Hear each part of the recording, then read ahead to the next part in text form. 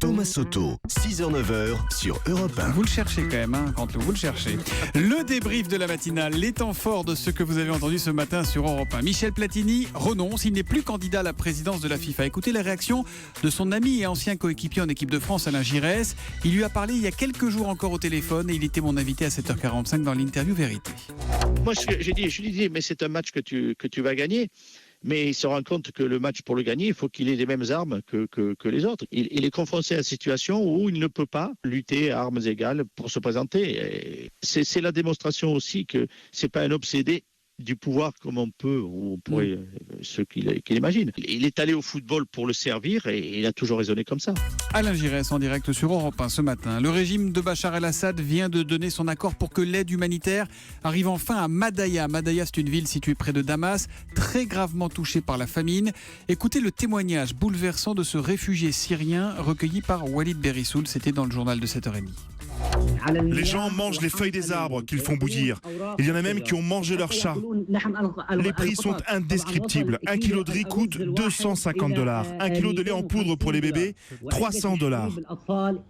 Un homme a même proposé de vendre sa voiture contre quelques sacs de riz, mais le lendemain, il est mort de faim. Chaque jour, on a 50 personnes qui s'évanouissent tellement elles sont affamées.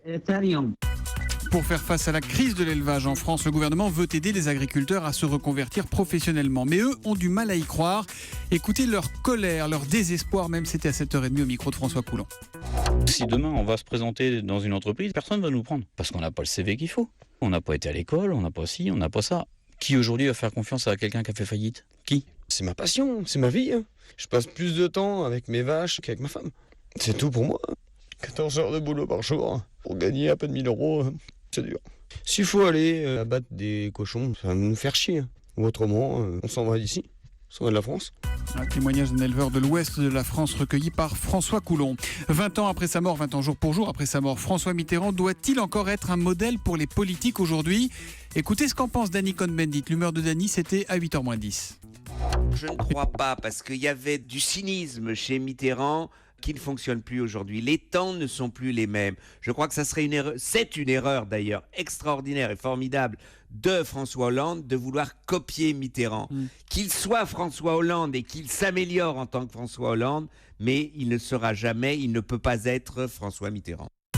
À 6h40 tout à l'heure dans le Made in France, Anissa Mbida nous a présenté Spicy. Le site Spicy, c'est le nouveau Netflix spécialisé dans les documentaires et les grands reportages. Et c'est du Made in France, donc écoutez.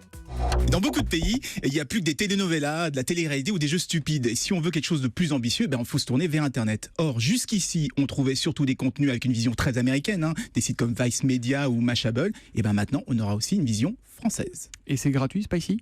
Ah non, ils sont payants, donc pas de pub, mais un abonnement illimité à 9 € par mois ou des achats à l'unité. D'ailleurs, c'est peut-être leur principal handicap, mais ça leur garantit aussi l'indépendance éditoriale et surtout, ça leur évite d'être tirés vers le bas avec la course à l'audience.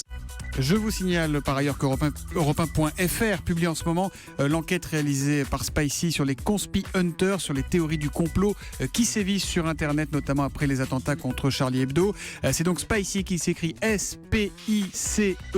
Et tiens, on vous offre 10 abonnements de 6 mois aux 10 premiers qui tweetent « Je le veux » avec le hashtag E1 matin et avec le hashtag Spicy. La réponse, c'est juste après l'interview découverte de Caroline Roux.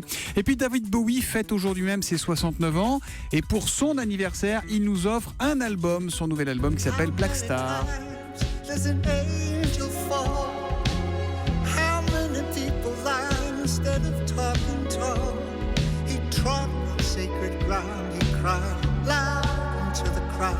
David Bowie de retour, mais il n'est pas le seul. Les Guns N' Roses vont eux aussi remonter sur la scène du festival de Coachella en Californie. Mais pourquoi ces stars font-elles leur comeback? Question que j'ai posée à Christian Eudeline, critique musical. C'était à 6h45, Europe 1 vous répond.